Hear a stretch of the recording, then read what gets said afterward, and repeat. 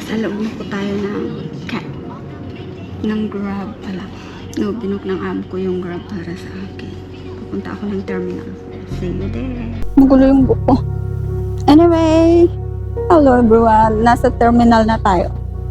Nasa terminal 4 na ako ngayon. I will see you guys later inside.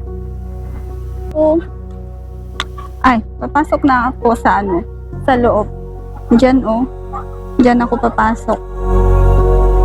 Lahat dito wala nang kailangan machine na talaga lahat ng gumagalaw. Diyan tayo papasok. See you guys inside. I will see you guys. Hello guys, nandito na ako sa airport at tapos na din. May boarding pass na ako. Mamaya papasok na ako sa loob. Plane ticket ko. Nandito yung passport. Uwi tayo ng Pinas. See you there. Nandito tayo sa loob na may duty free dito. Ayan. Pwede kayong bumili yung kahit anong gusto yung bilhin. Ayun na pala yung gate natin. G12 tayo. Yung G1 to 21 daw. Straight lang. Maglakad na ako ng paunti-unti papunta dun para hindi ako magkahol sa oras mamaya.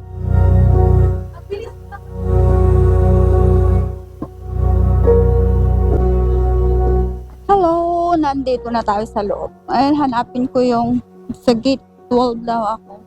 Mamaya pa naman alas 4 yung flight. Kaya maglakad muna tayo habang hinihintay natin yung oras. Samahan nyo ako, ha? Diyan tayo.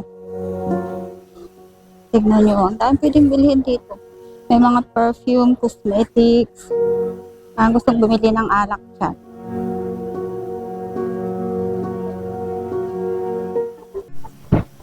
Hello everyone. Nakapasok na ako. Nandito na ako sa loob. Lilibot ko kayo. Hindi naman mahirap pumasok. Basta ba wala kang wag kang magdala ng tubig at kung ano-ano dito. Nasa loob na ako. Mamaya punta na lang ako doon maghintay ng flight. Pero bago yon, ilalakad ko muna kayo. Maraming mga bilihin dito sa loob. Maglakad muna tayo. Samahan niyo ako?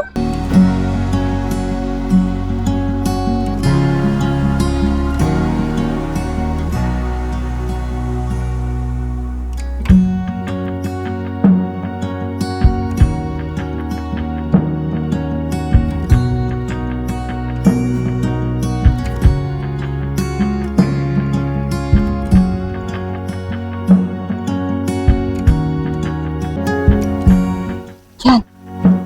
G10, 910. Yan. Punta tayo sa 12.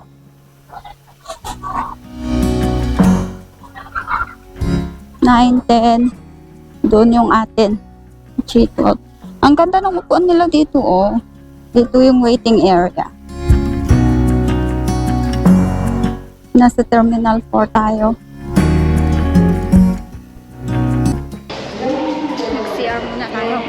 Hinihintay natin yung oras. Malinis yung toilet nila dito. Okay.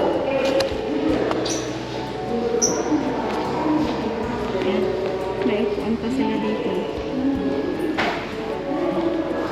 Yan na yung toilet.